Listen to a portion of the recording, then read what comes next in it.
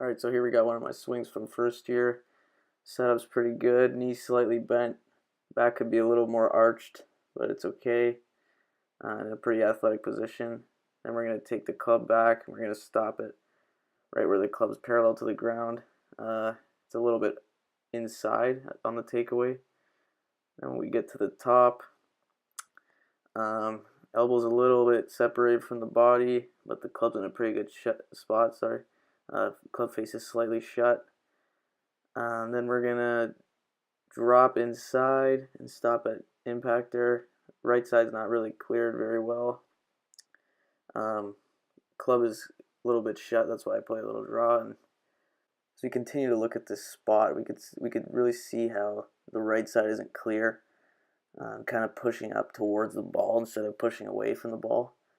That could usually cause a shank or maybe hit it a little bit off the heel. That's why I kind of struggle with making good to contact sometimes. Then we'll watch the club release, hands kind of roll over, club goes out towards the target, and that's why I play a pretty big draw and kind of struggle to cut the ball if I have to. And now here's my swing from third year. Setup is pretty similar to first year. Knee slightly bent, back still is a little slunched over, not arched like you'd like to see out of the power players. So now we're going to take the club back and stop it where the club's parallel to the ground. We're going to see that it's in a pretty good spot. But once we start taking it to the top here, you're going to see the wrists hinge, and I kind of lift the club up instead of turn. At the top of the swing here, you can see that the club is kind of at a steep angle, elbows separated. I kind of lifted it up instead of turning my shoulder. Weight's pretty much on my back foot, but it's in a pretty good spot. And when we take the club down, we're going to see it drop into a pretty good position here. When I see my swing, I kind of think of Jim Furyk because he kind of pulls it up and then drops it down. And I kind of drop it into a pretty good spot here. Club's dissecting my shoulder in between my arms here.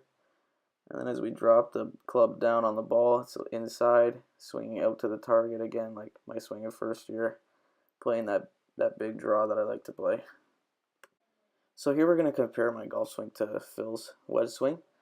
As I take the club away, still a little bit inside. And as I get it to the top, you're going to see Phil hinge his wrists a lot more than I do. I kind of keep them steady at the top. Kind of come a little over the top. When we get to impact here, we're going to see Phil really keep his arm or right arm parallel with the shaft. Whereas mine, I kind of flip my hands over. And as we finish up our golf swings here, we both drive into our right heel, finishing on our right side. It's pretty similar. In conclusion, I can say that my golf swings stayed pretty similar throughout all 3 years of PGM. Always like to play that draw. Never really been able to clear my right side completely, which is something I've been really working on lately and something I continue to work on. Obviously, I've improved since I've become a pro.